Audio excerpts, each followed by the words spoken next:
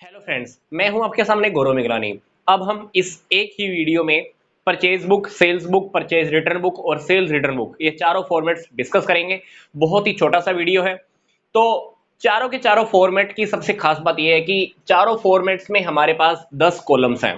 1 2 3 4 5 6 7 8 9 10 10 के 10 कॉलम्स हैं, पर बीच का कंटेंट थोड़ा थोड़ा हमारा चेंज होता रहेगा। तो चारों बुक्स की सबसे खास बात यह भी है कि हमें सिर्फ गुड्स के टॉपिक को ही डिस्कस करना है। मान लीजिए मैंने कोई एसेट्स की परचेज की या एसेट्स की सेल की, तो आप इन चारों बुक्स का यूज नहीं कर सकते। एसेट्स चाहे मैं कैश में परचेज करूं, चाहे मैं क्रेडिट में परचेज करूं, आप एसेट से रिलेटेड कोई भी ट्रांजैक्शन इन चारों बुक्स में नहीं लिख सकते। ना परचेज बुक, ना सेल्स बुक, ना परचेज रिटर्न, ना सेल्स रिटर्न। परचेज बुक का हम यूज कब कर सकते हैं? जब हम क्रेडिट परचेज करेंगे गुड्स की। यस, जब हम गुड्स की क्रेडिट परचेज करते हैं तो आप परचेज बुक का यूज कर सकते हैं। सेल्स बुक का यूज हम कब करते हैं? जब हम क्रेडिट में सेल करते हैं गुड्स को। परचेज रिटर्न बुक, मान लीजिए मैंने गुड्स परचेज की थी क्रेडिट पे, अब वही गुड्स मैं रिटर्न कर रहा हूं, तो मैं परचेज रिटर्न बुक का यूज कर सकता हूं। सेल्स रिटर्न बुक, जब मैंने गुड्स किसी को सेल की थी क्रेडिट पे, अब वो कस्टमर मुझे वही गुड्स या उसमें से कुछ गुड्स वापस कर रहा है, तो मैं सेल्स रिटर्न बुक में लिख सकता हूं। तो मेरा कहने का क्या मतलब है, इन चारों बुक्स का यूज आप गुड्स की ट्रांजैक्शन के लिए करोगे, और वो भी कौन सी? क्रेडिट ट्रांजैक्शंस, उधार वाली। तो कैश में अगर मैंने गुड्स को सेल परचेज किया तो वो कहाँ जाएंगी? वो जाएंगी कैश बुक में, क्योंकि कैश बुक का चैप्टर हम पहले से डिस्कस कर चुके हैं। तो कैश बुक के अंदर हम ये बहुत अच्छे से देख चुके हैं, जब भी मैं गुड्स की ट्रांजैक्शन कैश में करने वाला हूं, सेल परचेज कैश में होने वाली है, तो डेफिनेटली मैं उसको कैश बुक में लिख सकता हूं।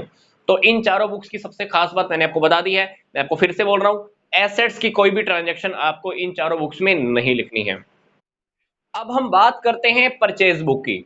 परचेज बुक के फॉर्मेट में फर्स्ट कॉलम हमारा रहने वाला है डेट का, सेकंड कॉलम पार्टिकुलर्स का। इसमें हम क्या लिखेंगे? सप्लायर का नेम, क्योंकि जिस भी पार्टी से हम गुड्स रिसीव करेंगे, क्रेडिट पे परचेज करेंगे, तो वो कौन होगा? हमारा सप्लायर होगा। तो डेफिनेटली इस पार्टिकुलर्स के कॉलम में हमें सप्लायर का नेम लिखना होता है। और यहां पर देखिए हमने क्या लिखा हुआ है? Account to be credited. ये लाइन क्यों लिखी हुई है, इसको समझना बहुत जरूरी है। जिस पार्टी से आप गुड्स रिसीव करोगे उधार में, उस पार्टी के अकाउंट को आप क्या करते हो? हमेशा क्रेडिट। जर्नल एंट्रीज वाले चैप्टर के अंदर हमने ये बात सीखी है, जब जब हम क्रेडिट परचेज करते हैं, हम क्या एंट्री करते हैं? Purchases account debit to party का name, purchases account debit to XYZ। मतलब जब जब आप क्रेडिट परचेज करते हैं, आप हर बार पार्टी को क्या करते हो? क्रेडिट करते हो। अब आप सोचकर देखिए, परचेज बुक का काम क्या है? परचेज बुक का काम है, जब जब आप क्रेडिट मतलब उधार में गुड्स परचेज करोगे, तो आपको सप्लायर का नेम यहां लिखना होगा। मतलब सप्लायर के नेम को आप हमेशा क्या करते हो? क्रेडिट करते हो, क्रेडिट परचेज के केस में। इसलिए ये लाइन मैंने पहले से ही ऊपर एक ही बार लिख दी, अकाउंट टू बी क्रेडिटेड। मतलब यहां पर जितने भी सप्लायर्स के नेम मैं लिखने वाला हूं, सप्लायर को हमेशा मैं क्या करने वाला हूं? क्रेडिट करने वाला हूं। इसलिए सप्लायर के नेम के आगे हमको क्रेडिट वर्ड लिखने की जरूरत नहीं होती, क्योंकि ये लाइन हम ऊपर पहले से ही मेंशन कर देते हैं। अगला कॉलम है हमारे पास इनवॉइस नंबर का। अब सामने वाली पार्टी आपको बिल नंबर तो देगी, कोई इनवॉइस नंबर तो देगी, तो वो बिल नंबर आप यहाँ पे मेंशन कर सकते हो। LF का कॉलम, यहां पर आपको मेंशन करना होता है लेजर फोलियो का जो भी पेज नंबर है, क्योंकि परचेज बुक के बाद हम लेजर भी रेडी करते हैं, इसलिए यहां पर आपको लेजर का पेज नंबर आपको मेंशन करना होता है कि ये वाली एंट्री लेजर में आपके कौन से पेज पर गई है। ये है हमारा डिटेल्स का कॉलम। डिटेल्स के कॉलम के अंदर हमने जो भी प्रोडक्ट परचेज किया था, उस प्रोडक्ट का नेम तो यहां पर आ जाएगा, पर क्वांटिटी प्राइस कितना है वो भी यहां पे आ जाएगा, पर टोटल प्राइस यहां पे लिखोगे, minus trade discount plus GST। तो अमाउंट की डिटेल आपको यहां मेंशन करनी होती है। टोटल अमाउंट कितने का आपने परचेज किया, minus trade discount plus GST। तो अमाउंट की डिटेल आपको यहां लिखनी होती है। अब इसी डिटेल में से देखकर आप ये देखते हो कि परचेज हमने रियलिटी में कितने की है। परचेज कितने की मतलब ट्रेड डिस्काउंट माइनस करने के बाद, बट GST अप्लाई करने से पहले वाला अमाउंट हमको यहां पर परचेज वाले कॉलम में लिखना होगा। अगर आपने विद इन स्टेट परचेज किया था तो जीएसटी वाला अमाउंट यहां वाले डिटेल्स में देखकर यहां पे लिख देना, सीजीएसटी, एसजीएसटी। ये कौन सा है? इनपुट, इनपुट वाला। अगर आपने आउट ऑफ स्टेट परचेज किया है तो आपको अमाउंट जीएसटी का यहां लिखना होगा। यहां पर आप लिखते हो टोटल अमाउंट। टोटल अमाउंट के अंदर क्या आएगा? जो टोटल परचेज आपने की minus trade discount plus GST, तो वो टोटल अमाउंट आपको यहां लिखना है। यहां पर तो सिर्फ हम प्लस माइनस करके लिखते हैं, टोटल नहीं निकालते, बट यहां पर जो टोटल दिखाना है वो आपको यहां लिखना है। मान लीजिए प्रोडक्ट था आपका 2 लाख का, आपने ट्रेड डिस्काउंट माइनस कर दिया 30,000 का, ये 170 रह गया, इसमें से मान लो 30 हजार की आपकी जीएसटी लगी। तो आपने क्या करना है? परचेज आपने कितनी, ये देखो 2 लाख का आपने प्रोडक्ट परचेज किया, 30,000 आपके ट्रेड डिस्काउंट के माइनस हो गए, तो आपका प्रोडक्ट कितने का है? 170। तो 170 आपको यहां मेंशन कर देना है। ये वाली जीएसटी एक यहां मेंशन, एक यहां मेंशन। अब इन तीनों का टोटल कितना है वो आपको यहां मेंशन करना है। जैसे 230, तो यहां पर आपको 230 मेंशन करना है, क्योंकि 230 हमको यहां पर टोटल निकाल कर नहीं दिखाना है। तो डिटेल्स में से देखकर आपको अमाउंट अलग अलग कॉलम में लिखने होते हैं, और इस सब का जो टोटल आता है वो टोटल आपको यहां मेंशन करना होता है। जो परचेज बुक की सबसे खास बात यह है कि परचेज बुक के अंदर हम सिर्फ क्रेडिट परचेज की बात करते हैं। इस पार्टिकुलर वाले कॉलम को हमें बहुत ध्यान से देखना होता है, बहुत ध्यान से यहाँ पर आइटम्स मेंशन करनी होती हैं। ये परचेज बुक को हैंडल करना बहुत इजी है, क्योंकि चारों के चारों फॉर्मेट रियलिटी में बिल्कुल सिंपल है। तो यहाँ पर नेम ऑफ द सप्लायर आएगा, सप्लायर के नेम को हमें क्योंकि हर बार क्रेडिट ही करना होता है, इसलिए हमको ऊपर एक ही बार लिख देना होता है कि अकाउंट टू बी क्रेडिटेड। उसके बाद क्या? इसके बाद हम डिस्कस करते हैं कि अगर हमारा सेल्स बुक का फॉर्मेट है तो क्या करेंगे। अगर हमारा सेल्स बुक का फॉर्मेट है, अगर हमारा सेल्स बुक का फॉर्मेट है तो आपको क्या करना होगा? यहां नेम ऑफ द सप्लायर की जगह पे क्या आ जाएगा? नेम ऑफ द कस्टमर आ जाएगा। बस ये पार्टिकुलर का कॉलम ऐसा रहेगा, डेट का कॉलम ऐसा रहेगा, नेम ऑफ द सप्लायर की जगह पे क्या आ जाएगा? कस्टमर का नेम आ जाएगा। आपको क्या लिखना है? नेम ऑफ द कस्टमर यहां पे लिखना है, और यहां पे क्या लिखना है? Account to be debited. बस पार्टिकुलर्स के कॉलम में आपकी ये दो चीज चेंज हो जाएंगी। सप्लायर की जगह पे क्या आ जाएगा? कस्टमर, और क्रेडिट की जगह पे क्या आ जाएगा? डेबिटेड।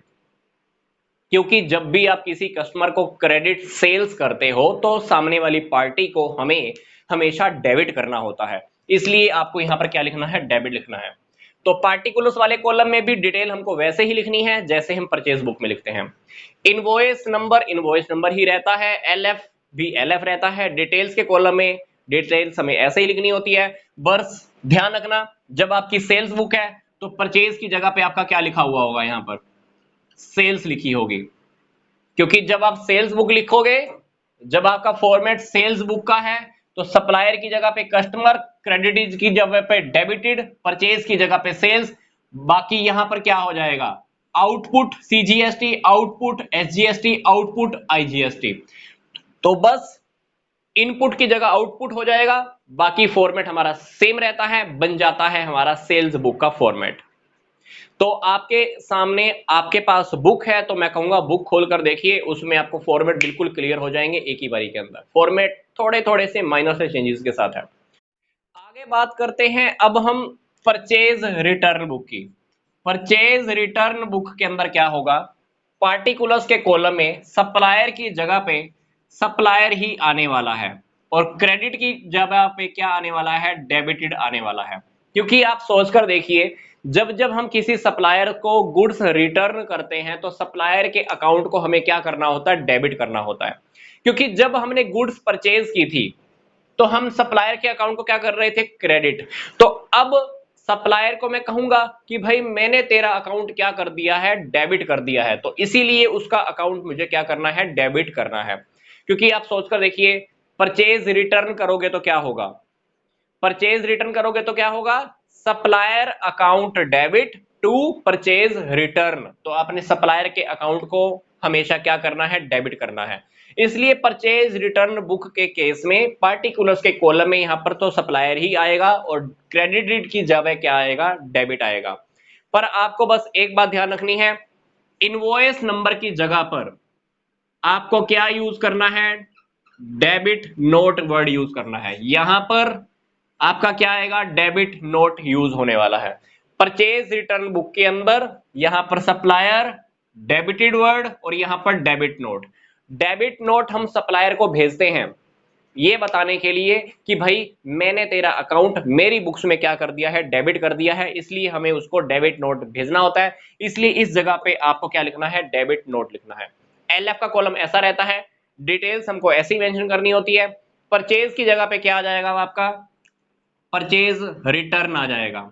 और हमारा यहां पर इनपुट ही आने वाला है, इनपुट सीजीएसटी, इनपुट एसजीएसटी और इनपुट आईजीएसटी, और यहां पर हमारा कॉलम टोटल अमाउंट का ही रहता है।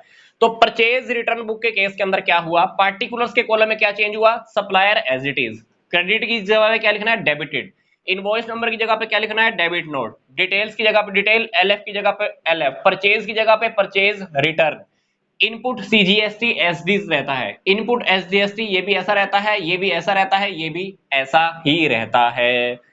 अब इसके बाद मैं आपको बताता हूं कि सेल्स रिटर्न बुक के अंदर क्या चेंज होने वाला है।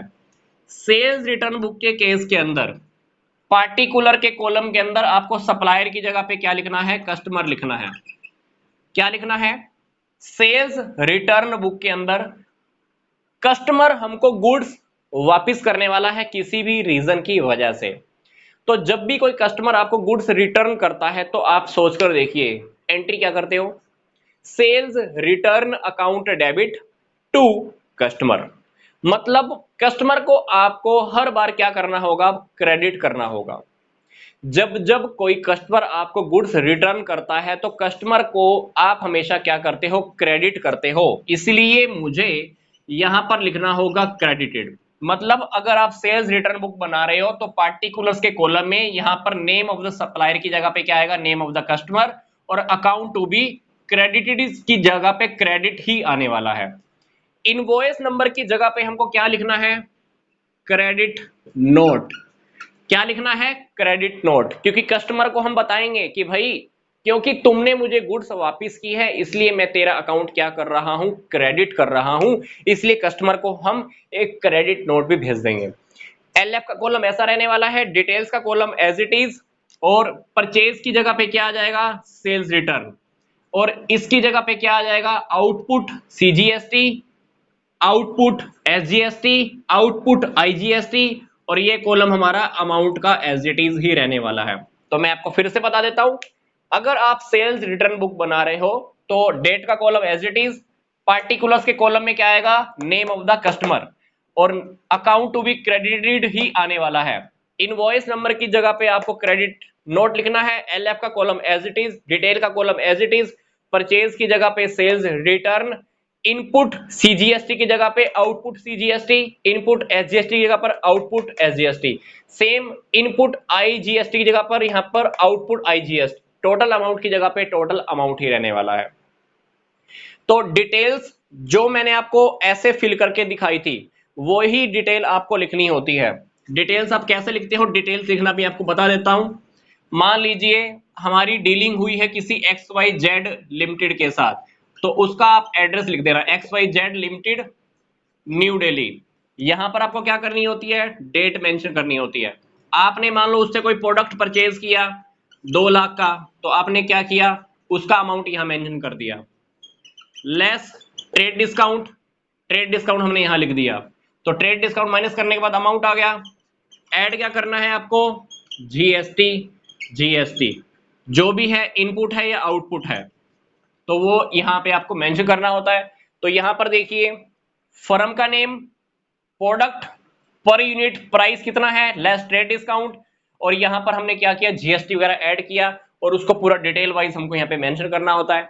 हालांकि पहले मैं कुछ वीडियोस बना चुका हूं, परचेज बुक का अलग से एक वीडियो है, सेल्स बुक का अलग से, परचेज रिटर्न बुक का, सेल्स रिटर्न बुक का, तो उन सारी वीडियोस के लिंक भी मैंने आपको इसी वीडियो के डिस्क्रिप्शन बॉक्स में दिए हुए हैं, आप चाहें तो वो भी देख सकते हैं।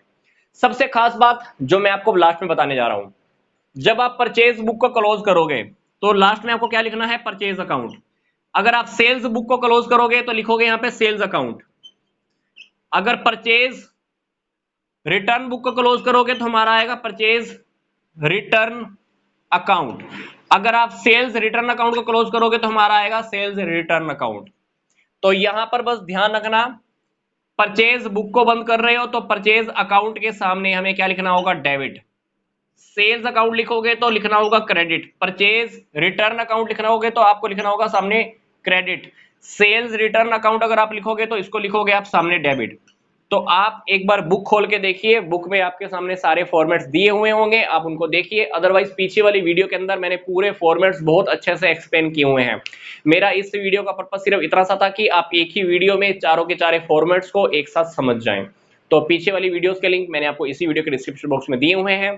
कुछ और इंपॉर्टेंट प्लेलिस्ट के लिंक भी हैं, तो वो भी देखिएगा। तो मिलता हूं मैं आपको नेक्स्ट वीडियो में। यहां तक का वीडियो देखने के लिए आपका धन्यवाद।